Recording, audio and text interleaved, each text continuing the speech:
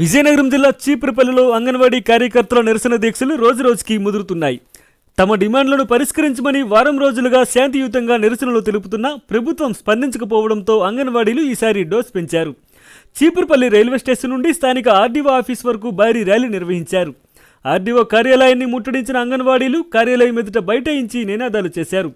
అనంతరం తమ డిమాండ్లను పరిష్కరించమని ఆర్డీఓకి వినతి పత్రం అందజేశారు. ఈ సందర్భంగా వారు మాట్లాడుతూ ప్రభుత్వం తీర్చలేని కోరికలేవి కోరడం లేదని, ఎన్నికల ముందు జగన్మోహన్ రెడ్డి ఇచ్చిన హామీలనే నెరవేర్చమని అడుగుతున్నామని అన్నారు.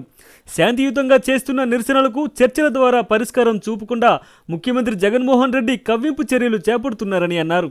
బలవంతంగా సెంటర్లు తాళాలు విరగొట్టడం, అంగన్వాడీల ప్లేస్లో ఆశా వర్కర్లను పెట్టాలనుకోవడం వంటి ప్రభుత్వ బెదిరింపులకు బెదిరిపోయే ప్రసక్తే లేదని హెచ్చరించారు.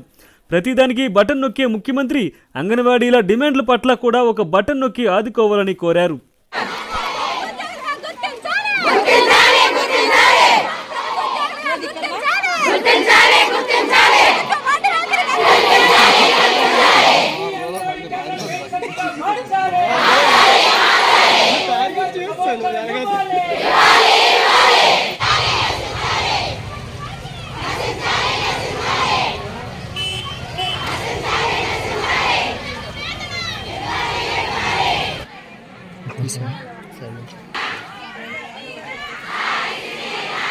మారుతున్నాయి కానీ అంగన్వాడీ జీవితాలు అయితే మట్టుగా మెరుగుపడట్లేదు.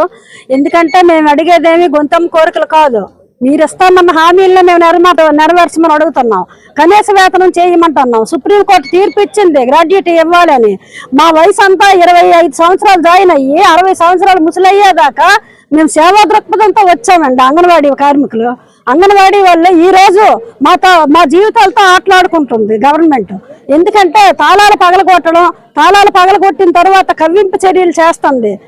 మాలో మాకు చిచ్చు రేపుతుంది, ఆశాలను ఉసుగలుపుతుంది, అలాగే వివోఎల్ని వండమని ఉసుగలుపుతుంది. ఎంతమంది అయినా మేమైతే మట్టుగా బెదిరిస్తే మట్టుగా బెదరము. అయితే మేమైతే ఎంతో శాంతియుతంగా మా సమ్మెను నెరవేర్చుకోవాలని అయితే మేము అనుకుంటున్నాము.